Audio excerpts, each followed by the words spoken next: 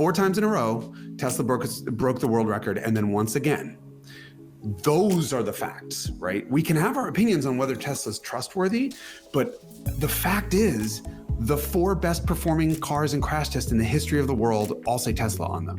Welcome to Electrified. It's your host, Dylan Loomis. Quick shout out to my newest patron, Jimmy J. Thank you for choosing to support the channel. We finally might be getting some adaptive headlight functionality in Tesla vehicles, but to start, it sounds like it'll only be for the Model 3 Plus. I say might because we've heard a lot about these adaptive headlights and the matrix headlights. Some vehicles may have even received the actual hardware, but then the following software update to allow that functionality really hasn't happened. There have been rumors of things like regulatory issues or parts shortages. Either way, here's what we have. Drive Tesla found some European certification documents in which it said addition of adaptive main beam for Model 3H, presumably for Highland. That's an important distinction because if you go 2 lines up, you will see regular Model 3 and Model Y. You may recall early last year, some Model S and X vehicles were actually spotted with new matrix LED headlights. If you haven't been around, here's one example of one feature of matrix LED headlights. Let's say you have your high beams on, they can actually adjust certain parts of the lights to not blind cars coming toward you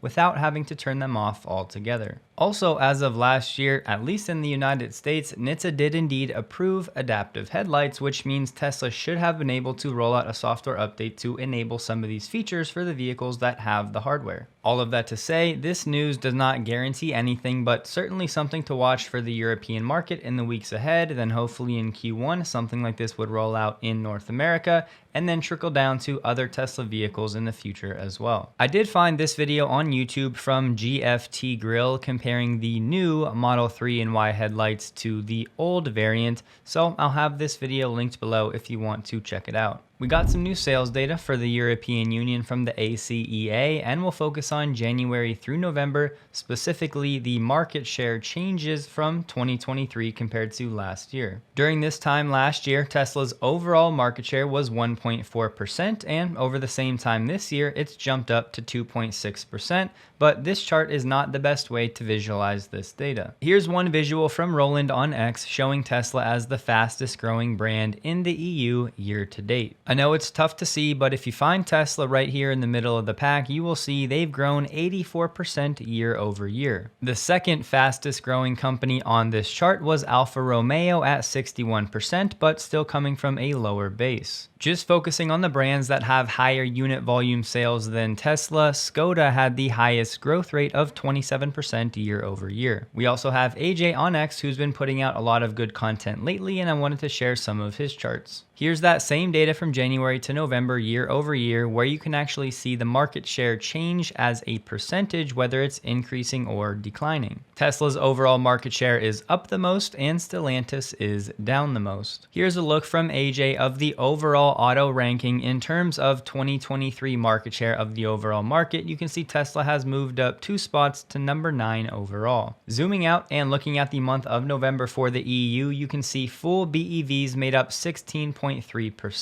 It seems like the FUD narratives have been on overdrive as of late, and today we have something similar, this time from Reuters, where they say Tesla is blaming drivers for failure of parts that it's known were defective. This was a really long article sharing all kinds of different anecdotes and customer stories, just talking about problems at Tesla when it comes to steering, suspension, and control arms, really to sum it up. They go on to share stories of repair costs, like this time where it was over $14,000 and Tesla refused to cover the repairs, blaming the accident on prior suspension damage, but this was for a newer vehicle. This is all coming from a Reuters review of thousands of Tesla documents and records and interviews with more than 20 customers and 9 former Tesla managers or service technicians. Just to prove my point though, that this did feel a lot more like a hit piece than anything else, they also go on to talk about injuries at SpaceX and patterns across Elon's companies of dismissing concerns about safety or other harm. Reuters said, according to Tesla's records, at least 11 drivers told Tesla a crash was caused by a failure in the suspension. These are supposedly incidents that have not been previously reported by the media and happened between 2018 and 2021. They said Tesla owners have filed about 260 complaints with NHTSA over suspension and steering problems this year,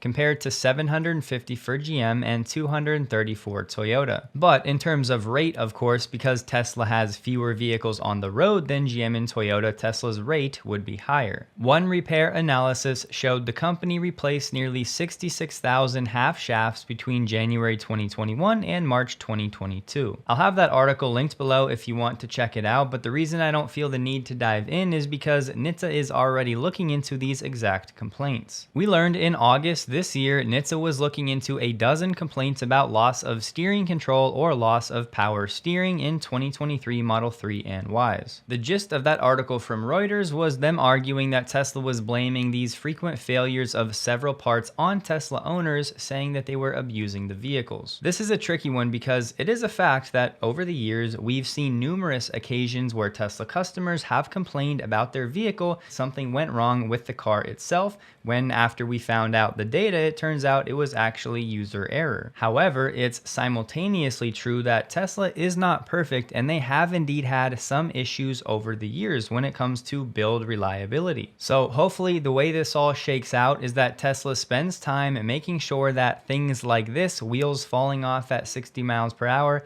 if indeed that really happened, never happen again. My overall point though, Reuters sounded like they thought they were breaking some new story, but NHTSA has been aware of this now for months, if not longer. They're already looking into it, so they're aware of any potential problems. And we know Tesla works closely with NHTSA, but more importantly, I'm sure they're already working on solving any problems that they actually have behind the scenes. I am curious though, for all of you Tesla owners, have you ever experienced anything remotely close to something like this? Listen up. Even if you guys never do what I'm about to mention, I want to be somebody that right now encourages you to do something today that your future self will thank you for, no matter how big or small. This motivational message to do whatever you need to do to lock in and get after it is brought to you by AG1, the sponsor of this video. AG1 has become my baseline of daily nutrition because if I'm being honest, there are some days when I don't feel like cooking, I don't want to eat the foods I know I should be eating, so at least this is a staple in my diet where I can get certain vitamins and nutrients and I can feed my body to do certain processes every day,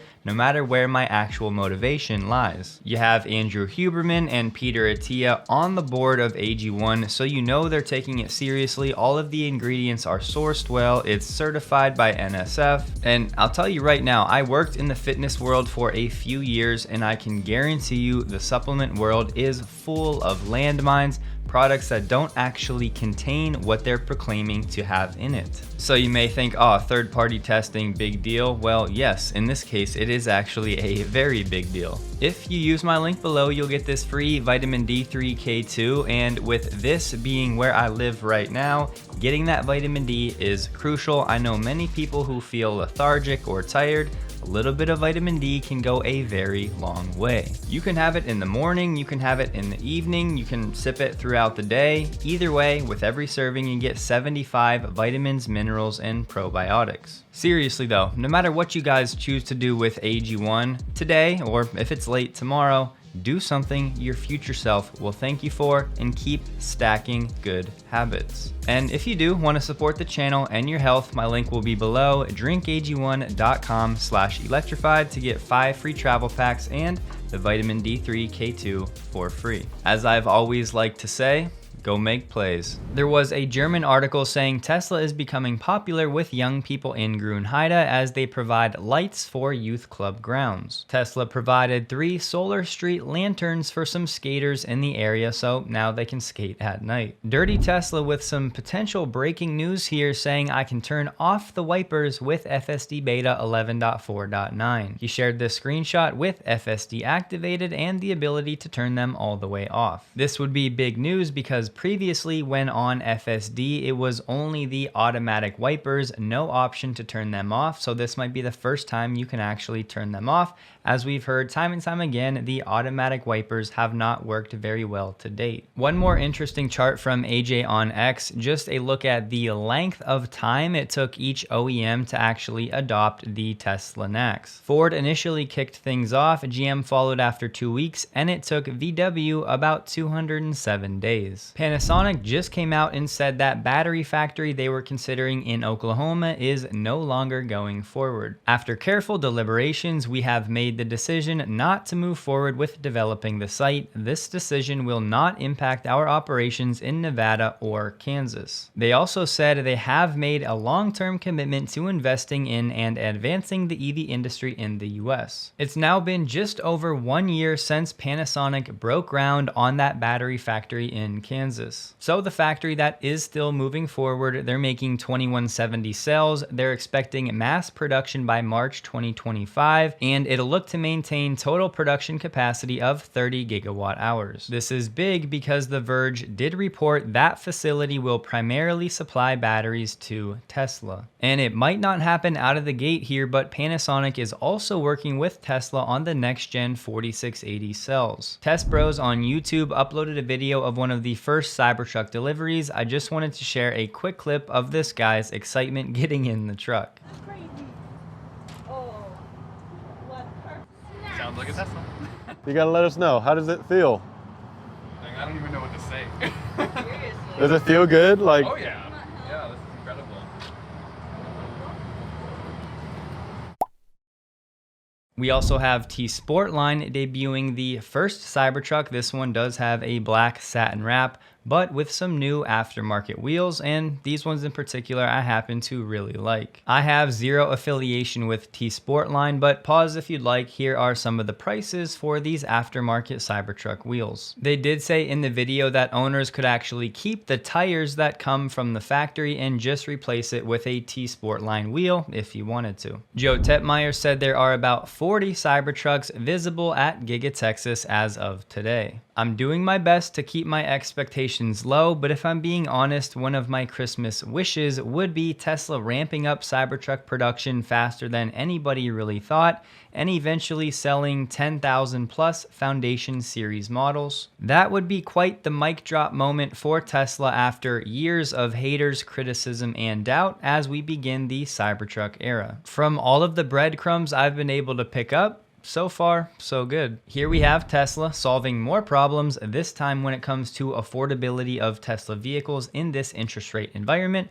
partnering with Origence for credit union financing directly through the Tesla website. Origence, the leading credit union lending technology company in the US, and Tesla entered into a partnership to offer that credit union financing. This, of course, in a move to provide Tesla buyers with affordable monthly payments with more options. The addition of credit union financing makes convenient point-of-sale financing available to millions of credit union members and consumers seeking low-rate financing options. Origence will use its subsidiary FI Connect to purchase and place retail contracts with partner credit unions nationwide. So when a consumer finances their vehicle through FI Connect on the Tesla website, the contract will be purchased and serviced by a credit union. No word yet on when these features will be rolling out. Today is unfortunately that day. It's December 20th, which means the sympathy strikes for Tesla in Sweden have expanded. Today, Danish dock workers and lorry drivers have stopped unloading and transporting Tesla vehicles destined for Sweden. About 2 weeks ago, we reported that this was coming, and here we are. We have the chairman of the Union 3F saying, "I've been in this game for more than 25 years. I've never seen a strike that didn't end with an agreement. All strikes end with an agreement." The thing is, as we say all the time, Tesla is one of one. They are different, so we'll see. The sympathy action will only affect Tesla cars meant for Sweden. The transport of Tesla cars for Danish customers will remain unaffected. Truth is, Tesla has known this is coming. They most likely already have a workaround in place, but a new development, we have Dansk Metal, a union representing mechanics in Denmark, saying, "We will not say 100% we're going to strike because right now we're in the process of gathering international forces. And that's where we think we have the strongest tool for us." Dansk Metal is especially working towards getting unions in Germany to join. For now, unfortunately, this thing is still spreading. Remember that 37-year-old record that a Tesla account on X posted about, but the post was somewhat cryptic? Well, we finally learned what actually happened. Refresher, the Model Y is now the best-selling car ever in a calendar year in Denmark. But we learned what the previous record actually was. It was 16.6 thousand cars sold in 1986, and it was the Opel Kadett. Here are some images for you of the Opel Kadett in all of its glory. According to Vanda Research, Tesla stock is on pace to attract the largest flow of individual investor dollars of any security in 2023. That means from a retail inflow standpoint, Tesla is about to eclipse even the SPY. This a stark contrast from when Tesla was not even among the top 20 stocks that individual investors bought before 2019. In the words of a finance professor, it's always in people's minds. From Bloomberg, Tesla told managers, some salaried employees, that the company is not offering merit-based equity awards this year. No reason was given, but they said 4 employees from different departments told Bloomberg they believe the move was widespread. And I saw way too many people confusing this line. It's not that this is only happening to 4 employees, it's just that 4 employees actually talked about the situation to Bloomberg. And just those 4 people are saying that this is widespread, but that does not mean that it necessarily is. Workers did, however, still get modest COLA increases and adjustments to their base salaries. During annual performance reviews, employees usually get salary adjustments as well as merit-based stock grants on top of their existing equity. But this year, even high performers did not get the merit-based grants. Some employees, though, who reached the end of their 4-year vesting cycle were still given stock refreshers in order to keep their total compensation competitive. Right now, we have no idea if this is just a one-time thing for this year or if this is going to be a change in compensation at Tesla going forward. Let me also be clear, because I've seen this twisted as well, this is not Tesla removing the employee stock purchase program. This is just for equity merit-based awards, effectively a stock bonus at the end of the year. Now, I'm just speculating here, but there is a world where maybe Tesla wants to shift to more cash-based incentives and they want to move away a bit from equity-based incentives. The unfortunate truth is, when your employees have a certain amount of Tesla stock, once they're with a company for 5 years, it typically grows pretty significantly, and then you have multiple millionaires that are minted from the Tesla stock appreciation. And at that point, maybe they decide they want to leave the company because they're financially free and there's more turnover for Tesla. But again, that's just me rambling, something to consider. I think I found out why Stellantis is dragging its feet when it comes to adopting the NACS. Now they're planning to launch hydrogen fuel cell powered Ram pickup trucks in the United States by 2027. This announcement was made during the inauguration of a cutting-edge fuel cell factory by Stellantis subsidiary Symbio in France. The Symbio fuel cell pickups are expected to deliver a range of 320 miles without cargo or 200 miles when towing, and can be recharged or refueled in just 5 minutes. But it gets better. Carlos Tavares, the CEO, underscored the necessity of a subsidy of at least 30,000 euros for 3 to 5 years to make these vehicles price competitive with battery electric and combustion engine vehicles. If this is not a typo, that's almost 33,000 US dollars. As I sit here right now, this feels like one of the more insane things I've read, at least when it comes to the EV world in recent memory. I did check for some other sources on this news to see if this might be a typo, but there's really not a ton of reporting on it just yet. So between Stellantis offering buyouts to about half of their salaried workers in the United States, paired with potentially 1,200 layoffs just in Toledo as soon as February 5th, and another 2,455 in Detroit, now paired with their focus on the unproven hydrogen technology for a whopping 320 miles of range by 2027,